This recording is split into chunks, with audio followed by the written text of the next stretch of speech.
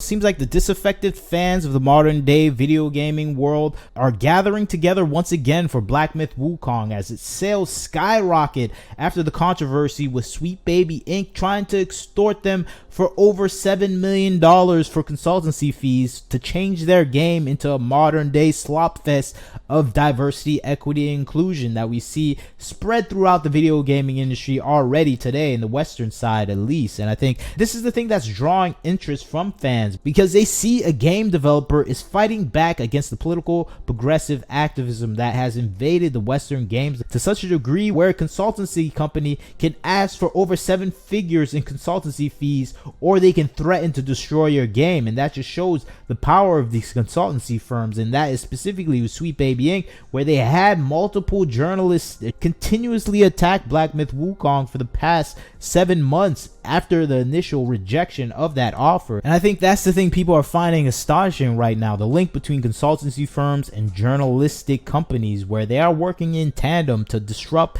and change the video gaming industry through false slander attacks that are disrupting the sales of companies. And they're threatening companies, if you do not follow our rules and terms of what we want in your game, we're going to slander your company through these journalistic arms. And of course, these journalists are tied to these consultancy firms because they can easily move to that job afterwards or get money kickbacks from these firms for following their slander campaigns. And I think that's what we're seeing in the video gaming industry, and this kind of exposed what is the undercurrent of what we always knew what was occurring in the gaming industry, where there was a concerted effort to change it and manipulate the developers in any way they can to follow these political progressive ideals. And I think this is what Black Myth Wukong exposed, this element in the gaming industry, and it's leading to a skyrocketing of sales for the game itself, where it's the #1 most wish list item on Steam, where people are trying to get this game. They're putting on their list of games to play in the future. We know it's skyrocketed in pre-orders as well. It's #1 on Steam. Mostly players new to this game are pre-ordering it, getting ready to play it this August 20th. And I think this is the most amazing thing. This support for Black Myth Wukong is showing that the modern gamer is supporting anyone that goes against these consultancy firms, anyone that says no to Sweetbaby Inc., anyone that says no to Hit Detection, Black Girls Gamers, GamerX, any one of these consultancy firms that use these extortion tactics to get their way from these game developers. And a company that says no, they praise it. And I think this is what we saw with Stellar Blade initially when it came out. It goes against everything these political activist organizations want in gaming. I think Stellar Blade was a victim. It was a similar circumstance where it came out and it was just doing things that haven't been done in the gaming industry for the past 10 to 15 years. And of course, they attacked this game for months, and it led to even this game censoring bits and pieces with some of the reviews and attacks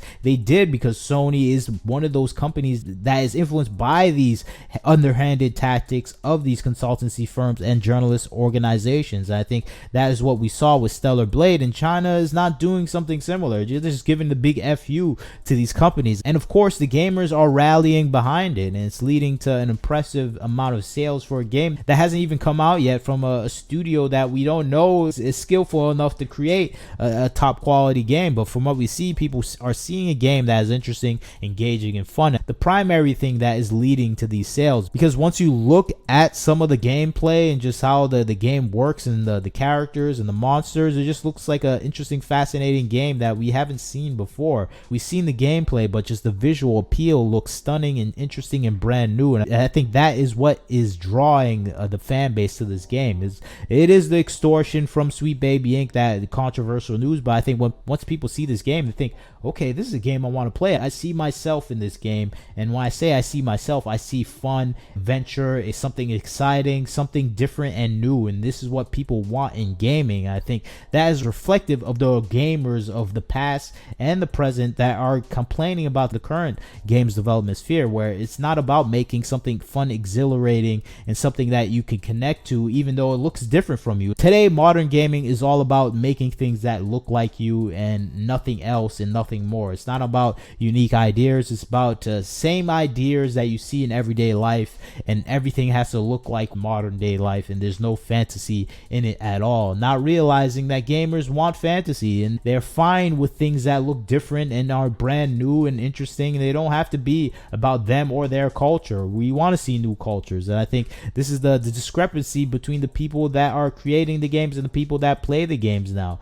The people that are creating games don't really understand gaming, don't like gaming, and they only have their political activist motivations, and their activist motivations are self-centered and narcissistic, where they have to see everything about themselves and the things that they're participating in. And that is just not the modern day, past, present, and future gamer. Most gamers just want to have fun, want to see something brand new and fantastical, and I think that's why a bunch of gamers, when they see a monkey with a stick in ancient China, they see themselves in that monkey with a stick. And I think that is the thing that modern day developers don't understand, because they're coming from a political motivation where they have to see themselves in everything. They have to see themselves in Japan. They have to have a giant African beating up Japanese people like they're zombies in Japan. They don't see themselves otherwise, and I think that's not the case with most gamers. Most gamers can see themselves in anything, and you just have to make something interesting. You have to excel at storytelling to do that, and I think that is probably the problem with a lot of the current day developers. They don't excel at storytelling, so they have to do these ham-fisted ways of appealing to your moral values. And I think that's what we see, this overall cooperation between these activist organizations, these developers, where